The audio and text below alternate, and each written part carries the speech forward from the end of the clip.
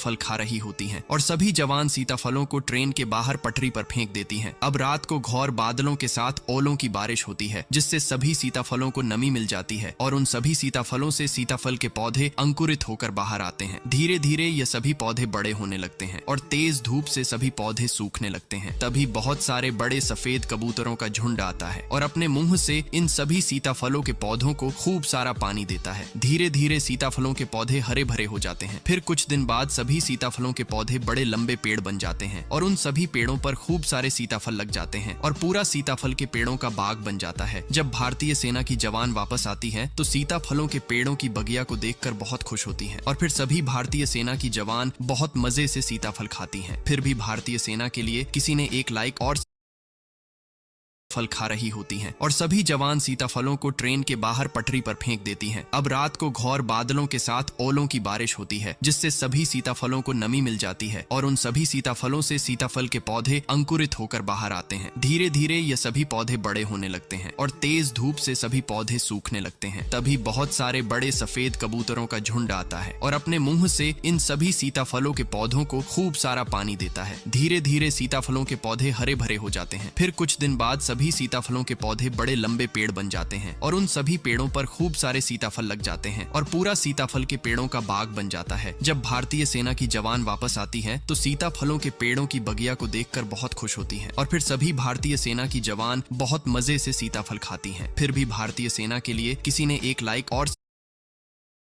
फल खा रही होती हैं और सभी जवान सीताफलों को ट्रेन के बाहर पटरी पर फेंक देती हैं। अब रात को घोर बादलों के साथ ओलों की बारिश होती है, जिससे सभी सीताफलों को नमी मिल जाती है और उन सभी सीताफलों से सीताफल के पौधे अंकुरित होकर बाहर आते हैं। धीरे धीरे ये सभी पौधे बड़े होने लगते हैं और तेज धूप से सभी पौधे सूखने लगते हैं। तभी बहुत सारे बड़े सफेद कबूतरों का झुंड आता है और अपने मुंह से इन सभी सीताफलों के पौधों को खूब सारा पानी देता है। धीरे धीरे सीताफलों के पौधे हरे भरे हो जाते हैं। फिर कुछ दिन बाद सभी सीताफलों के पौधे बड़े लंबे पेड़ बन जाते हैं और उन सभी पेड़ों पर खूब सारे सीताफल लग जाते हैं और पूरा सीताफल के पेड़ों का बाग बन जाता है। जब भारतीय सेना की जवान वापस आती है तो सीताफलों के पेड़ों की बगिया को देखकर बहुत खुश होती हैं और फिर सभी भारतीय सेना की जवान बहुत मजे से सीताफल खाती हैं। फिर भी भारतीय सेना के लिए किसी ने एक लाइक और